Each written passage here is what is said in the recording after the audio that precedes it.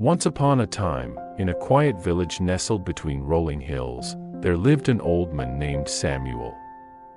Samuel was known far and wide for his wisdom, gained through the many years he had spent on this earth.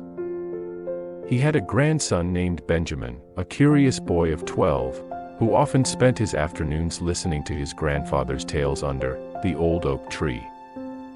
One warm summer afternoon, as they sat beneath the shade of that tree, Benjamin turned to Samuel and asked, "Grandpa, what is the meaning of life?" "Ah, the meaning of life, my dear Benjamin," he said, "it's a question that has been pondered by philosophers, scholars, and dreamers for countless generations. But let me tell you a story that might help you understand it better. Long ago, in this very village, there lived a young man named Ethan. He was strong, talented, and full of dreams. He spent his days working the land, tilling the soil, and nurturing the crops.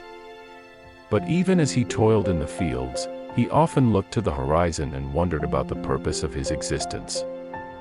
He couldn't shake the feeling that there must be more to life than just laboring from dawn till dusk. One evening, while Ethan was walking through the village, he noticed a gathering at the town square. People were gathered around a traveling philosopher who was known for his deep insights. Ethan decided to join the crowd and listen to what the philosopher had to say. The philosopher spoke eloquently, saying that the meaning of life was to seek knowledge, to pursue happiness, or to serve others selflessly. He spoke of wealth, power, and fame as not being the paths to true fulfillment in life. But as Ethan listened, he felt more confused than ever. These ideas sounded grand, but they seemed to be missing something essential. "Sir, I heard your words, but I still don't understand.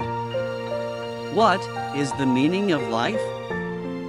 The philosopher smiled kindly and said, "Young man, the meaning of life is like a vast and winding river. It flows through every heart, and each of us must navigate its currents in our own way.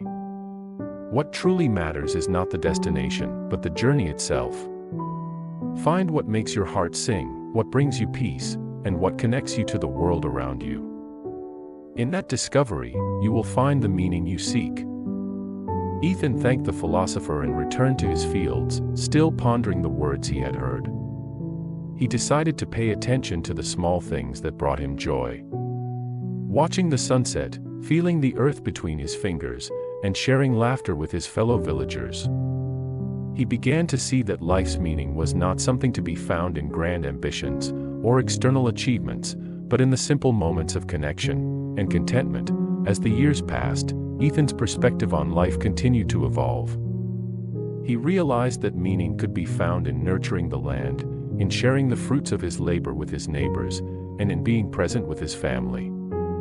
He learned that the true meaning of life was not a singular answer but a tapestry woven from the threads of love, purpose, and community. One day, when he was much older, Ethan sat under an oak tree, just like this one, with his grandchildren gathered around him. They, too, were curious about the meaning of life. And he shared with them what he had learned over the years. "Life," he said, "is a journey of self-discovery, a quest to find what fills your heart with joy, and your soul with purpose. It's about cherishing the moments of connection with those you love, and serving others with kindness and compassion. The meaning of life, my dear ones, is not a destination to reach but a path to walk with an open heart." Samuel paused and looked at his grandson, who was listening intently.